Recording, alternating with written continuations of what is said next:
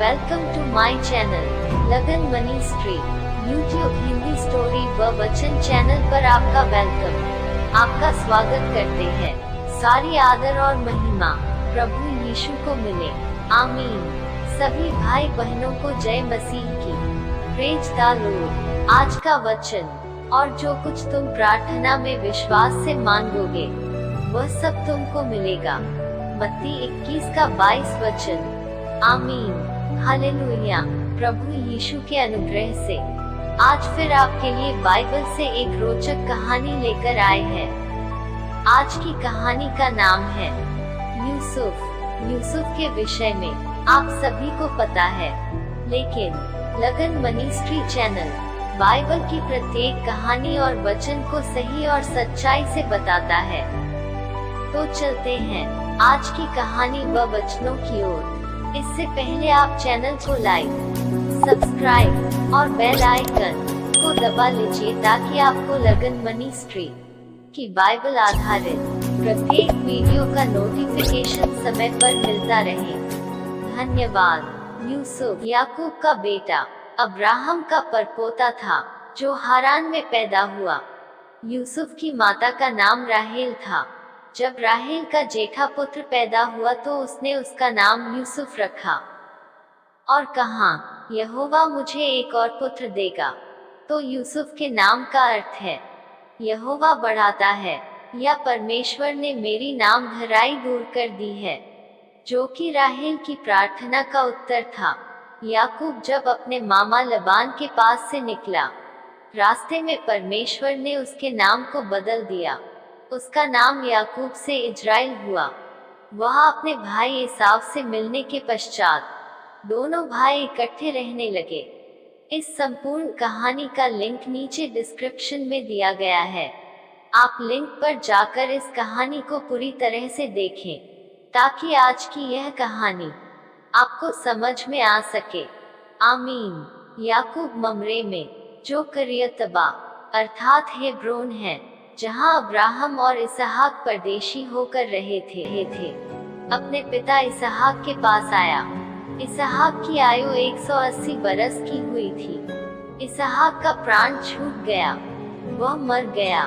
वह बूढ़ा और पूरी आयु का होकर अपने लोगों में जा मिला। उसके पुत्र एसाव और याकूब ने जहां अब्राहम और सारा की जगह पर ही उसको मिट्टी दी। कुछ समय पश्चात एसाव अपनी पत्नियों और बेटे बेटियों, अपनी भेड़ बकरी, गाय बैल, सब पशुओं, निदान अपनी सारी संपत्ति को, जो उसने कनान देश में संचय की थी, लेकर अपने भाई याकूब के पास से दूसरे देश को चला गया, क्योंकि उनकी संपत्ति इतनी हो गई थी कि वे इकट्ठे न रह सके। पशुओं की बहुतायत के मारे उसमें, जहां वे परदेशी होकर रहते थे, उनकी समाई न रही।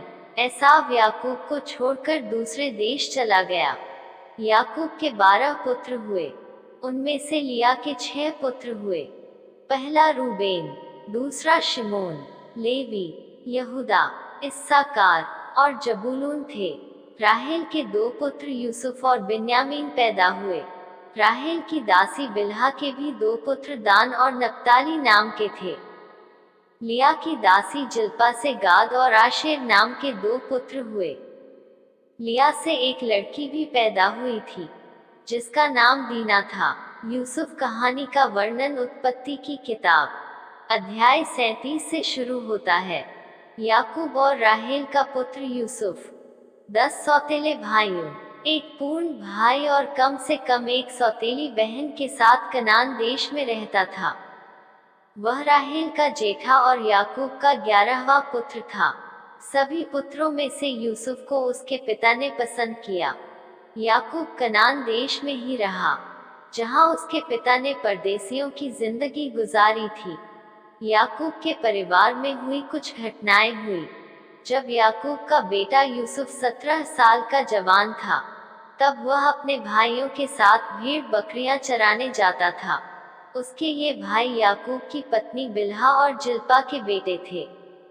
एक बार यूसुफ ने आकर अपने पिता को बताया कि उसके भाई कैसे बुरे बुरे काम करते हैं। क्या यूसुफ के भाई गलत थे? हाँ, शायद उनका भाई यूसुफ अपने भाइयों को गलत कामों को करने से रोकता होगा। जब वे नहीं रुके, तब अपने पिता को बताता था कि वे कैसे कैसे गलत कार्य करते हैं। यूसुफ याकूब अर्थात इसराइल के बुढ़ापे में पैदा हुआ था, इसलिए इसराइल अपने सभी बेटों से ज्यादा यूसुफ से प्यार करता था। उसने यूसुफ के लिए एक खास चोगा, एक कुर्ता अर्थात कई रंगों का अंगरखा बनवाया था। जब उसके भाइयों ने देखा कि उनका पिता उन सबसे ज्यादा यूसुफ से प्यार करता है, तो वे यूसुफ से नफरत करने लगे। वे उससे ठीक से बात भी नहीं करते थे। कुछ समय बाद यूसुफ ने अपने भाइयों से 2 स्वप्न को साझा किया। यूसुफ ने एक सपना देखा और अपने भाइयों को बताया। तब वे उससे और भी नफरत जलन करने लगे। यूसुफ ने अपने भाइयों से कहा, मेहरबानी करके सुनो कि मैंने क्या सपना देखा। मैंने देखा कि हम सब खेत के बीचों बीच पूले बांध रहे हैं। फिर अचानक मेरा पूला सीधा खड़ा हो गया। तुम सबके पूलों ने मेरे पूले को घेर लिया और उसके आगे झुकने लगे। उसके भाइयों ने उससे कहा, आखिर तू कहना क्या चाहता है? तू क्या राजा बनकर हम पर हुक्म चलाएगा? इस तरह जब यूसुफ के भाइयों ने उसका सपना, उसकी बातें सुनी, तो वे उससे और ज्यादा नफरत करने लगे। इसके बाद यूसुफ ने एक और सपना देखा और अपने भाइयों को बताया। मैंने एक और सपना देखा। इस बार मैंने देखा कि सूरज, चांद और 11 तारे मेरे आगे झुक रहे हैं। जब उसने अपने पिता और भाइयों को यह सपना बताया, तो उसके पिता ने उसे डांटा। यह कैसा सपना है? क्या मैं और तेरी माँ और तेरे भाई तेरे आगे जमीन पर गिरकर तुझे प्रणाम करेंगे? यूसुफ की बातें सुनकर उसके भाई उससे जलने लगे, मगर इजराइल ने ये बातें ध्यान में रखी। एक बार यूसुफ के भाई अपने पिता की भेड़ बकरियों को चराने शेकेम शहर के पास गए हुए थे। कुछ समय बाद इसराइल ने यूसुफ से कहा, बेटा तू तो जानता है कि तेरे भाई भेड़ बकरियां लेकर शेकेम के पास गए हुए हैं। क्या तू जाकर उन्हें देख आएगा? यूसुफ ने कहा, हाँ मैं जरूर जाऊंगा।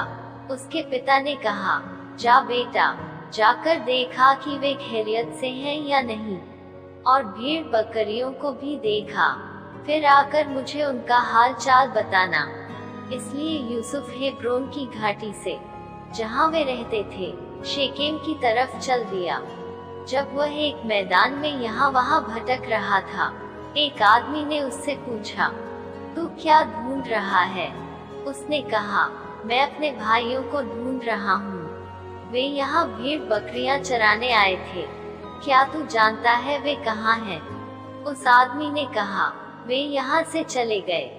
मैंने उन्हें यह कहते सुना था, चलो अब हम दोतान चलते हैं। फिर यूसुफ अपने भाइयों की तलाश में दोतान गया और वहाँ वे मिल गए। यूसुफ के भाइयों ने दूर से देखा कि वह आ रहा है। इससे पहले कि वह उनके पास पहुंचता, वे उसे मार डालने की साजिश करने लगे। वे एक दूसरे से कहने लगे, वह देखो आ रहा है सपने देखने वाला, चलो हम उसका काम तमाम कर देते हैं। उसकी लाश यहीं किसी पानी के गड्ढे में फेंक देते हैं। कह देंगे किसी जंगली जानवर ने उसे फाड़ खाया। फिर देखते हैं उसके सपनों का क्या होता है। जब रूबेन ने यह सुना तो उसने यूसुफ को बचाने की कोशिश की। उसने उनसे कहा, नहीं, हम उसकी जान नहीं लेंगे। उसने यह भी कहा, उसका खून मत बहाओ, चाहो तो उसे यहीं वीराने में इस गड्ढे में फेंक दो, मगर उसे जान से मत मारो। रूबेन उसे अपने भाइयों के हाथों से बचाकर अपने पिता के पास वापस ले जाना चाहता था। जैसे ही यूसुफ अपने भाइयों के पास पहुंचा, उन्होंने उसे पकड़ लिया और उसका खास कुर्ता उतार लिया जो वह पहने हुए था।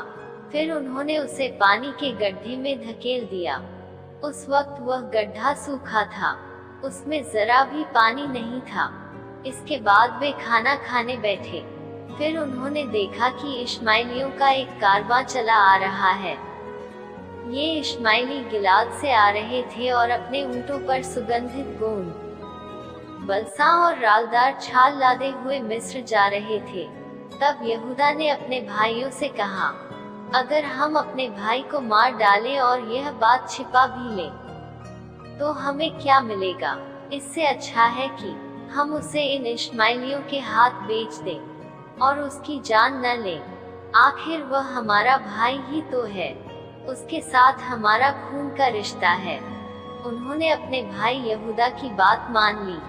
फिर जब मिद्यानी व्यापारी वहां से गुजर रहे थे, तो यूसुफ के भाइयों ने उसे गड्ढे से बाहर निकाला, उसे चांदी के 20 टुकड़ों में इश्माइलियों के हाथ बेच दिया। ये आदमी यूसुफ को मिस्र ले गए। बाद में जब रूबेन गड्ढे के पास लौटा और देखा कि यूसुफ वहां नहीं है, तो उसने मारे दुख के अपने कपड़े फाड़े। फिर वह अपने भाइयों के पास गया और चीख चीख कर कहने लगा, लड़का वहां नहीं है, अब क्या होगा? अब मैं क्या करूं? तब उन्होंने खास कुर्ता लिया, एक बकरे को मारकर उसके खून में कुर्ता डुबोया। फिर उन्होंने वह कुर्ता अपने पिता के पास पहुंचाया, उसे यह संदेश भी भेजा, हमें यह कपड़ा मिला है, जरा देख, कहीं यह तेरे बेटे का कुर्ता तो नहीं। जब इजराइल ने उसे ध्यान से देखा तो वह चिल्ला उठा, यह मेरे बेटे का ही कुर्ता है। जरूर किसी जंगली जानवर ने यूसुफ को मार डाला होगा। यूसुफ के सौतेले भाई तो चाहते ही थे कि उनका पिता ऐसा सोचे। यूसुफ की मौत से याकूब का दिल टूट गया। वह कई दिनों तक यूसुफ की याद में आंसू बहाता रहा, मगर यूसुफ मरा नहीं था, वह तो जिंदा था। ये बात याकूब को नहीं पता थी। उसके सौतेले भाइयों ने याकूब को जोर देकर कहा, उसके टुकड़े कर दिए होंगे। याकूब बिल्कुल टूट गया। याकूब ने मारे दुख के अपने कपड़े फाड़े, अपनी कमर पर टाट बांधे। वह कई दिनों तक अपने बेटे के लिए मातम मनाता रहा। उसके सब बेटे बेटियां उसे दिलासा देते रहे, मगर उसका दुख बिल्कुल कम न हुआ। वह कहता रहा, मैं कब्र में जाने तक अपने बेटे के लिए मातम मनाता रहूंगा। इस तरह यूसुफ का पिता उसके लिए रोता रहा और उसके सौतेले भाई खुश हो रहे थे। उधर मिद्यानी जब यूसुफ को लेकर मिस्र पहुँचे, तो उन्होंने उसे पोतीफर नाम के एक आदमी के हाथ बेच दिया। पोतीफर फिरौन का एक दरबारी और पहरेदारों का सरदार था। फिरौन राजा उस समय संपूर्ण राष्ट्रों में सबसे शक्तिशाली राजा था। उस समय मिस्र देश सब राष्ट्रों में सबसे बड़ा राष्ट्र था, जहां पर परमेश्वर की योजना के अनुसार यूसुफ पहुंच गया। पोतीफर यूसुफ को अपने घर लेकर गया और उसका निजी सेवक बन गया। आमीन, हालेलुया। तो यहाँ पर इस कहानी का प्रथम भाग समाप्त हो जाता है। आप सभी इन वचनों के द्वारा आशीषित है। तो आप लोगों ने देखा कैसे परमेश्वर अपनी योजना को सिरे पर चढ़ाता है, अर्थात जो कुछ हमारे खिलाफ होता है, हम समझते हैं कि इसमें हमारा नुकसान होगा, परंतु पवित्र वचन में लिखा है, सभी बातें मिलकर भलाई को ही पैदा करती है, चाहे उसमें हमारा नुकसान भी क्यों ना हो। अंत में परमेश्वर का फैसला सर्वोपरि होता है।